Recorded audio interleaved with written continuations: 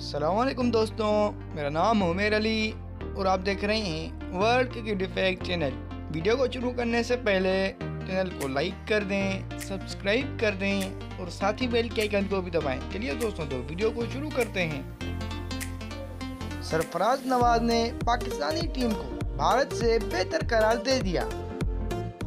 दोस्तों, साबिक test cricketer Sarfaraz Nawaz ने पाकिस्तानी टीम को भारतीय टीम से बेहतर करार देते हुए कहा कि शाहीन शाह अफरीदी की परफॉर्मेंस लाजवाब है।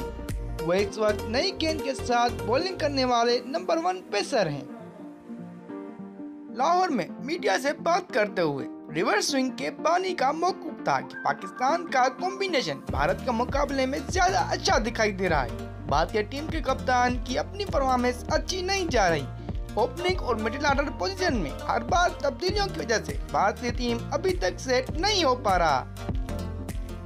उन्होंने कहा कि पाकिस्तान ने अफगानिस्तान के खिलाफ सीरीज और एशिया कप के लिए जिस टीम का ऐलान किया है वो बेहतरीन खिलाड़ियों पर मुश्तमिल है। इंजमामुल हक ने बड़ी बेहतरीन खिलाड़ियों का इंतखाब किया है। श्रीलंका कंडीशन में इंजरीज का ज्यादा खतरा होता है, इसलिए मैं समझता हूं कि 18 खिलाड़ियों को वहां भेजना दुरुस्त फैसला है।